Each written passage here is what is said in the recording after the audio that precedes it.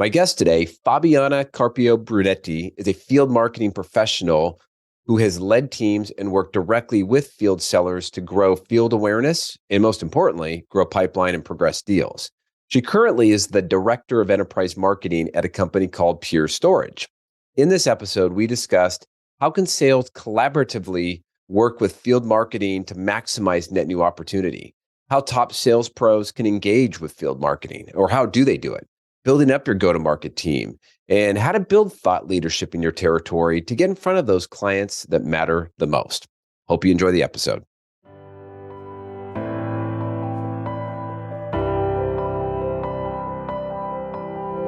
Welcome to the High Tech Freedom Podcast. This is a podcast where we bring successful tech sales professionals, thought leaders, and entrepreneurs to share best practices, insights, and lessons learned with other tech sales professionals.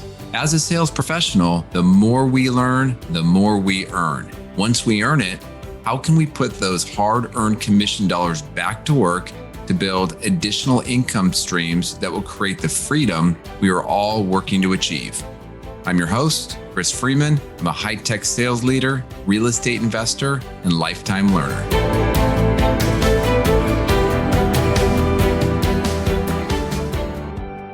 All right. Well, welcome to the High Tech Freedom Podcast. Fabiana, welcome. How you doing? Great. Thank you for having me here today. Yeah. So my guest today is Fabiana Carpio Brunetti, and we actually worked together a while back. And so I'm super excited to have you. Why don't you tell the audience a little bit about yourself, who you are, what you do?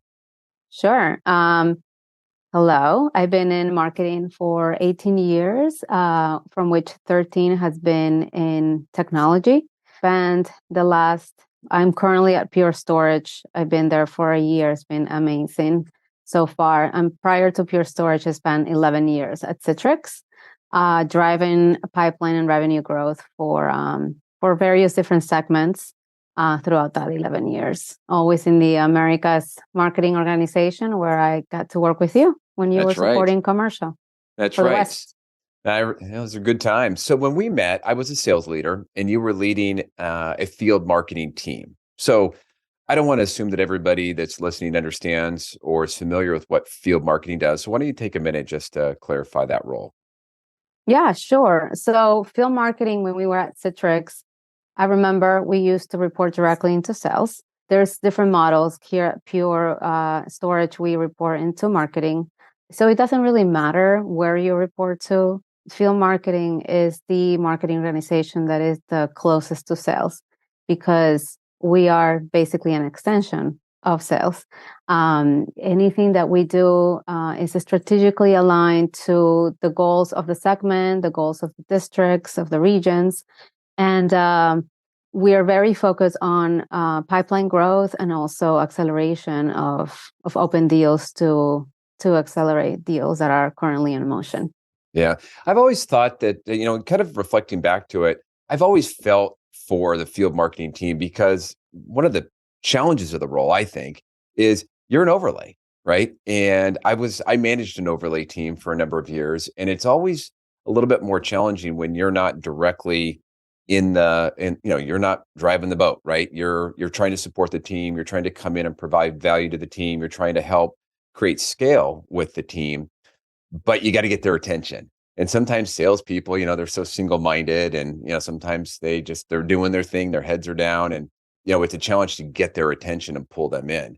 So let me ask you this: why should the field sales care about field marketing? Well, not only we hold budget. We like budget. I know. That's one of the not issues, but challenges, is that we do hold budget. And we are actually that channel that could bring messaging and connections in the field with, hosting from a variety of programs, not just events. A lot of people think that field marketing just do events, and that's all we do. But we can do programs that are direct mails or email marketing. We connect with third-party executive networks to be able to go to those customers instead of them coming to us. And that could be through an event, a virtual roundtable, or going to an industry-based type of a conference.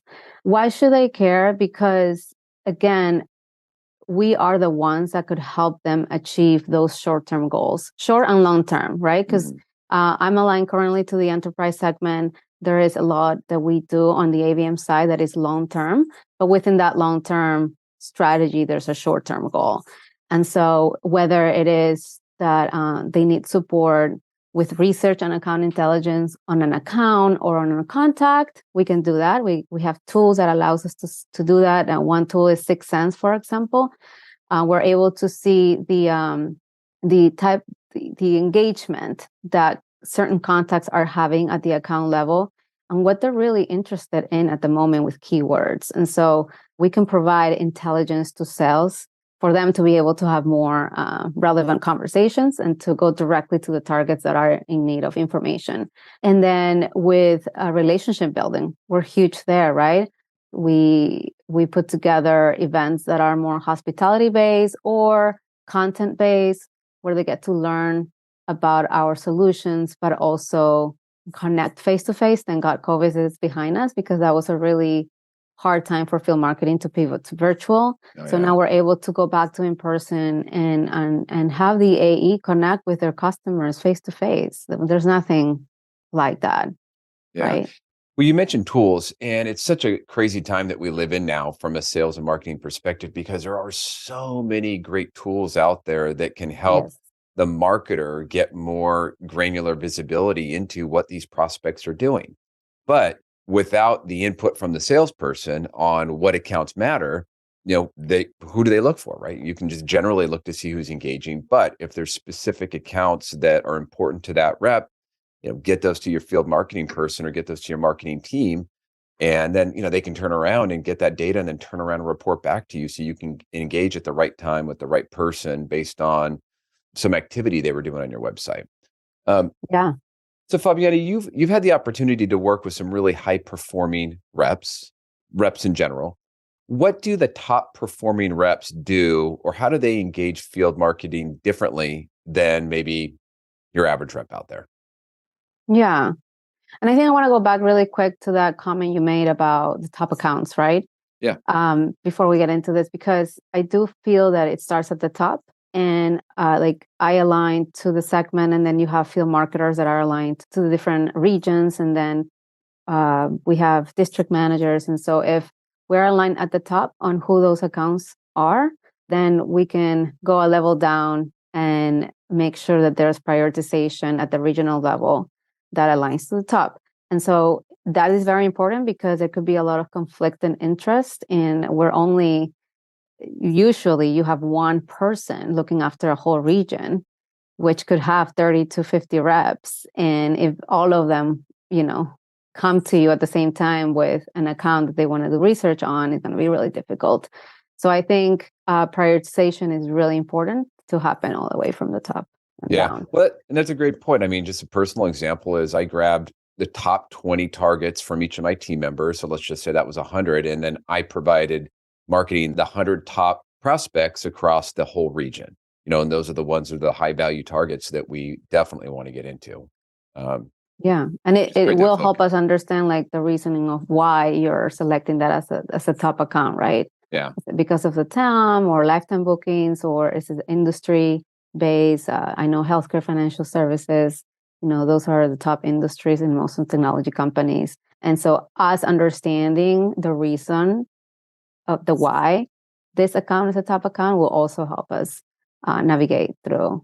So if you understand the why, how does that maybe tweak or adjust what you do?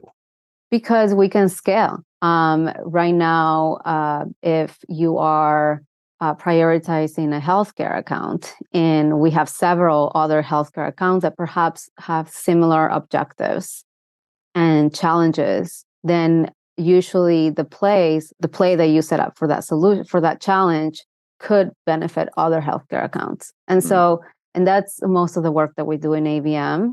We try to select a list of accounts that are within the same vertical, and so that we're able to scale with limited budgets and limited time, obviously, right? So, and could you clarify? AVM stands for what? Account-based marketing. Oh, ABM. Got it. Sorry. Yes, ABM.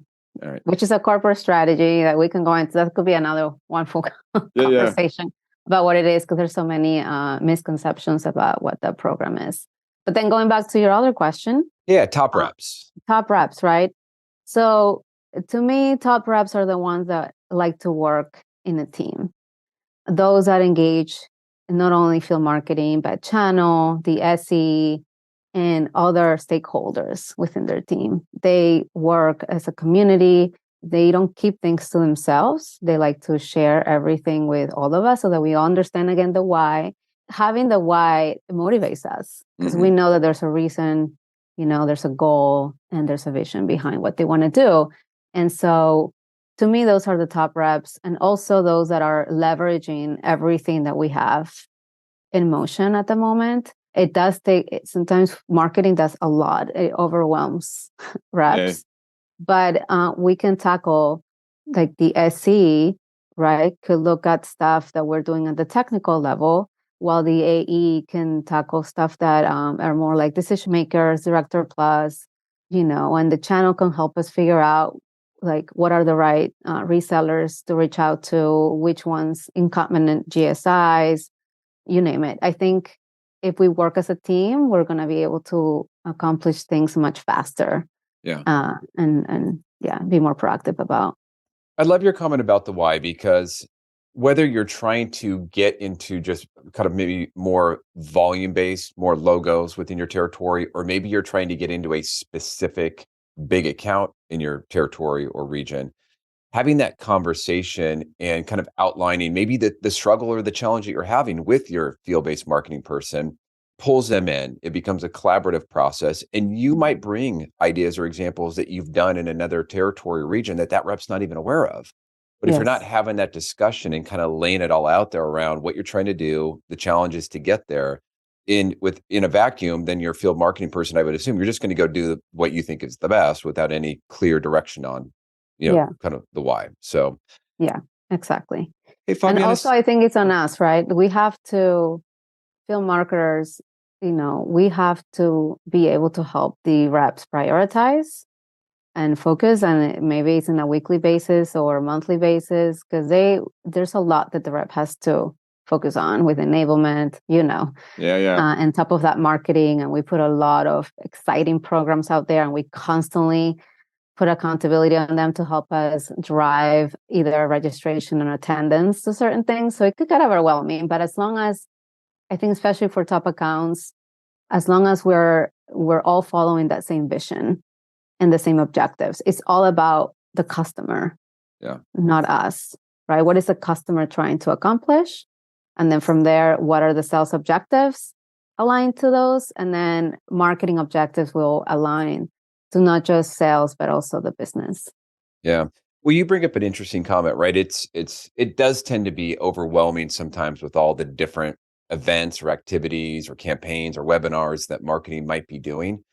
And I look at some of the reps that just seem to be growing the most pipeline. They seem to have just this high level of activity, and they're leveraging all that stuff. What I noticed about them is they're incredibly organized, right? Because if you are really organized, you can then consume. And by the way, it doesn't have to be you that's driving the attendance, all of that stuff. It's being organized to say, okay, well, maybe I do some of it. Maybe my BDR does some of it. Maybe my SC does some of it. And by the way, maybe I've got my list built out for my partners and I get them to go push it and drive it.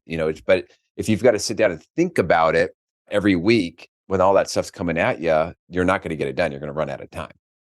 Exactly. That's my whole point about working in a team. Yeah.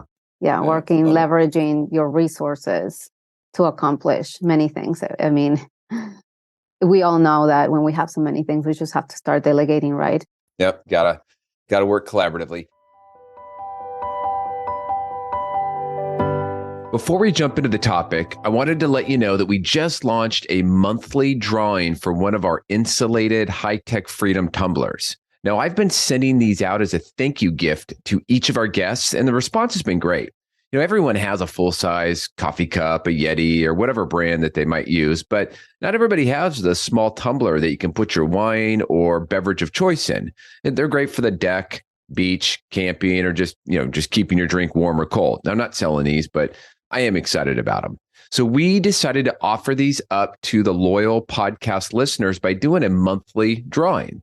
So if you're interested, go to hightechfreedom.com/mug, that's MUG, and you'll see a picture of the tumbler and you can enter. We'll just collect your name, phone number, and email. And if you do win, we'll then follow up and ask for your mailing address so we know where to send it. If you don't win, your name stays in, so you don't need to re-enter.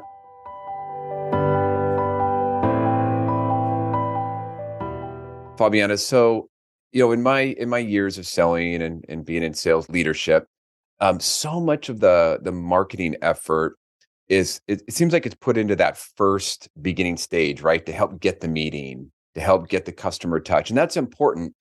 But it seems like all the effort and money is spent there, and then once we're in the account, it doesn't seem like marketing's as present. I guess I'm curious: is that still kind of consistent? You're seeing a shift away from that?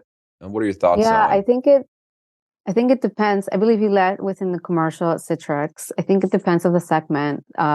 Commercial, mid-market, right? SMB usually is like large volume. The more opportunities, the better we have to meet our booking goals. With enterprise and even global accounts, strategic accounts, it's now, especially in this market with the recession and inflation, there's scrutiny. We're seeing larger deal cycles, right? We are in need to help sales not only create pipeline, but also accelerate. And us understanding at what stage is the right stage for us to help with that will be helpful. And then there's different components of what we can do for that. I think storytelling, anything that could help the customer understand on how other peers have dealt with the same situation. So programs that are more of storytelling, helping them with learn case studies. I think those are the best programs. Hospitality, where we can get there, we can connect with the customer at a different level, more personal level. I believe programs like that will help move the needle than just like programs that we put for more top of funnel, like webinars, Right.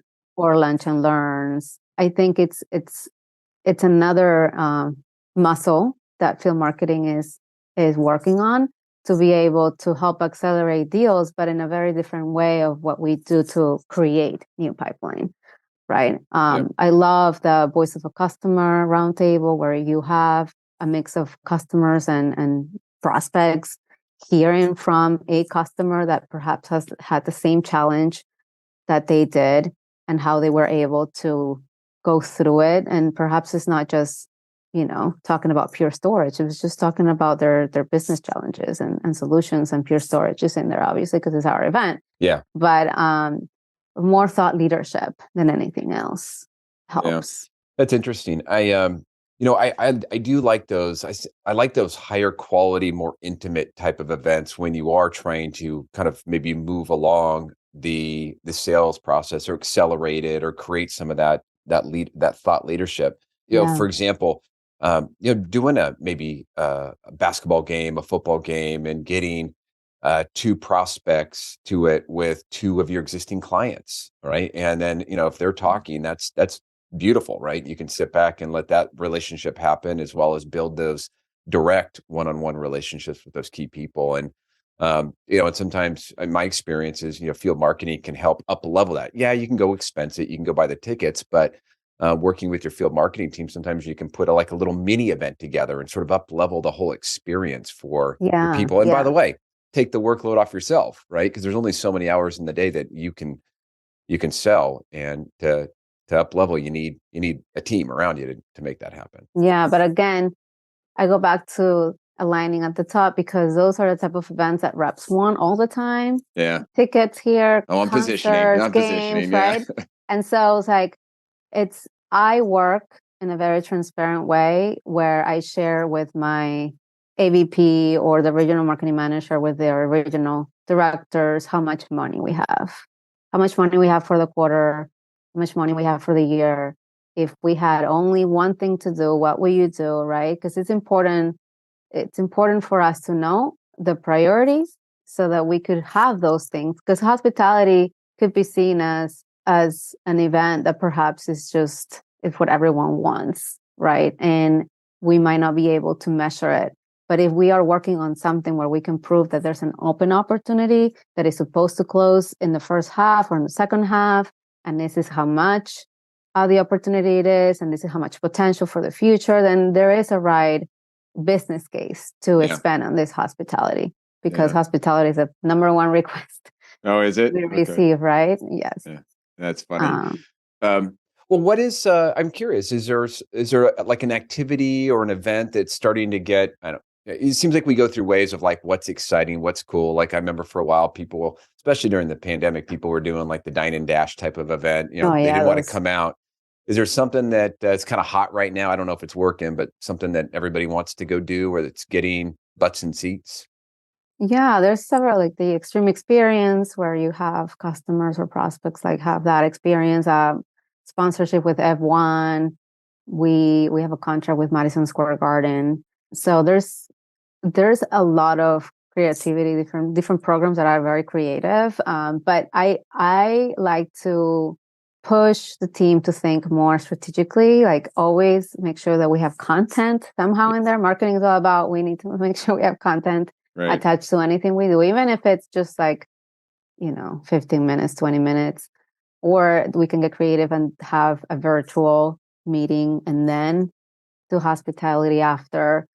I enjoy giving sales high quality leads, and for senior leaders, business leaders, and executives, sometimes actually programs we have to go to where they're at with going to a third party executive network company, and where they are the ones hosting a conference or a roundtable, and we are the ones that sponsor. And the third party can help us also set up follow-up meetings. And it's more of a thought leadership type of program. So I know that's not really what you wanted to hear on the fun part. I want to make sure that it's fun, but it's also bringing high quality leads that are going to create high quality pipeline, because we can create a lot of pipeline, but if that pipeline doesn't close, then we're not doing our job. Yeah. The other one that I want to mention is EBCs. The magic happens at an EBC, and that usually you engage a prospect or the opportunity at a certain stage to an EBC. So we have been bringing EBCs, and we did this at Citrix too, like EBCs to the field, because a lot of people don't want to travel to the headquarters where you have the EBC center. So bringing that experience to the field where the majority of opportunities, where there's a concentration of open opportunities, has been also ideally, because there's nothing better than sitting in a room with just talking about your account. It's a one-on-one experience, and magic happens in that at that time in that conference room. Yeah, I'm so glad you brought that up, because I just think back my 28 years of selling or leading. Any big deal that we've ever done, at some point, they were back in corporate. We were doing an EBC, and so many good things come out of it, right? You bring in maybe leaders that you're not, customer leaders that don't normally come to a meeting, but you're going to the EBC. You're bringing in your execs. They're going to bring in their execs. The information you find out about your account is so incredible. And then just as at the personal level, for the account manager out there, the visibility you personally get along the way and the people you're able to connect with internally when you're back in corporate, it's invaluable. But it has been hard over the last few years to get them back there. And so, that's just a great example of, you have to innovate, right? Maybe you're doing a virtual EBC, maybe you're bringing your team out to the field, but you've got to find a way to go do it, and it'll be so impactful to your business. But we do have to get creative, because I don't like it, but some customers just don't want to go travel back to corporate anymore. No. So we bring that EBC experience to the field. It could be hybrid, because those that are not in that specific city where we're going can log in through Zoom. And we also have done like account-based workshops, right, where we go directly to the customer, to their own home. So, business. And so, we need to get creative. We need to find ways that we meet them in every different way. Virtual, in person, hybrid, you name it. Yeah. In fact, before your episode airs, I have a solo episode that I just did on, it's titled "Why Innovate as a Sales Rep?" And, this is just a great example of that our business is constantly changing. Our customers are constantly changing. The technology is changing. Technology. So Yeah. if you're just sitting back and waiting, you're going to fall behind. You have to be innovating. And the reality is nobody's going to really figure it out for you. If we were shifting from a regular EBC to bring it to the field EBC, the idea most likely started with the necessity of some field rep who then promoted it or talked about it with their manager, and eventually then maybe management grabbed onto it and made it more programmatic. But the best and the newest ideas typically come from some of the top performers in the field, and then those become kind of status quo. So keep innovating. Go back, check out that episode. So Fabiana, you've talked about kind of the role of field marketing as a kind of a broker, within the larger marketing organization. Can you talk a little bit more about that? Yes, I think, being that field marketing is so close to sales, the beauty of field marketing is that we are your voice, right? We connect with the whole marketing organization. And sometimes for sales, it's hard to be able to connect with those up there that are managing branding, communications, like social media, right? Even the website. Like I've heard so many times, feedback that sales has given to me about messaging, about, I don't know, venues that we select to go to different like high value conferences, for example. I'm just giving you a couple of examples, but we are the ones that have that connection. So I kind of see us in the middle. We're the connectors of all of those different pieces. In a short summary, we are your voice. So the voice of sales. The voice of sales. And I think that's one of our main roles within our, overall role. So Fabiana, as we wrap up, what does the future Fabiana look like? What does freedom look like for you? Freedom. Well, to me, freedom, I know you're probably not going to be a fan of my answer, but it's being at peace. Why would I not be a fan of that? Because I know with the investment, I have to be honest with myself. Obviously, I want to retire early and I want to be able to do the things that I love my job and I love my career. But I love coaching too. There's other passions of mine that one day I would like to just maybe do that part-time and travel full-time. Yeah. But for that, I need to prepare myself, and I know investing is pretty important, and I'm learning a lot from you. So thank you for doing what you do. Oh, well, you're welcome. But I also think like as long as you're at peace, it's not sometimes all about money. As long as you're at peace with yourself, then I think that's what freedom really, in the spiritual way, means. Is there something that is really taking your peace away? Like you have to like take a look at yourself, step back and react, because it's the most important part about feeling free. Yeah. It's one thing about being free and feeling it. Yeah. Well, I love that because you have to be living in the moment, right? And you've got to be enjoying what you're doing today because you just never know, right? And there's nothing wrong with looking towards the future for freedom or for something that you want to achieve. Everybody needs to have a goal, but along the way, right? You got to be happy. Yeah. So, especially I come from, we're immigrants here, and my parents we didn't know much about investing or it's not really, I come from Peru, right? It's not really something that we do best over there. And so I had the opportunity to come at a young age where I could learn and actually sign up for my first 401k when I, started working for a professional company, and understand, seeing them now and seeing other elderly, working at an age where I don't want to be working or I just want to be traveling. It puts things into perspective. And so really the time is now when you're in your 20s and your 30s, preparing for that future. It's very important. Yeah. Gosh, so true. My son's 20 and I remind him that every single day, just in college, but it's like, you need to start thinking about that now and start planning for it now. And doesn't mean you have to obsess with it, but it's the little things that you can do today that will significantly compound over time. That'll just set you up down the road and in the future. Yes, I agree. Well, Fabiana, if somebody would like to reach out to you, what's the best way to connect out? LinkedIn. Okay. And so we'll put that in the show notes. Yeah. I love mentoring and coaching, and There's always people in sales that like to the switch to marketing, and marketing they want to be in sales. I love giving that message that sales and marketing cannot do it without each other, and we need to be together. We need to act as a team, and I'm happy to talk to whoever about those things. Yeah, well, reach out to Fabiana if you have any questions on that.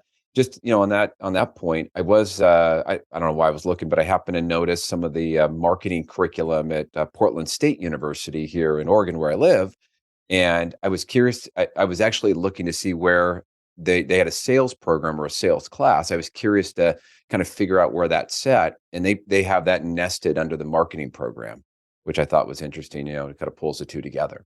That's So awesome. That's great. yeah, so the two are intertwined. So We are. Fabiana, thanks again. Really great to catch up, and best of luck to you. Thank you. Thanks again for joining us today. To get more sales and real estate tips, you can subscribe to our newsletter at hightechfreedom.com. You can also join our private Facebook and LinkedIn group that is exclusively for sales professionals.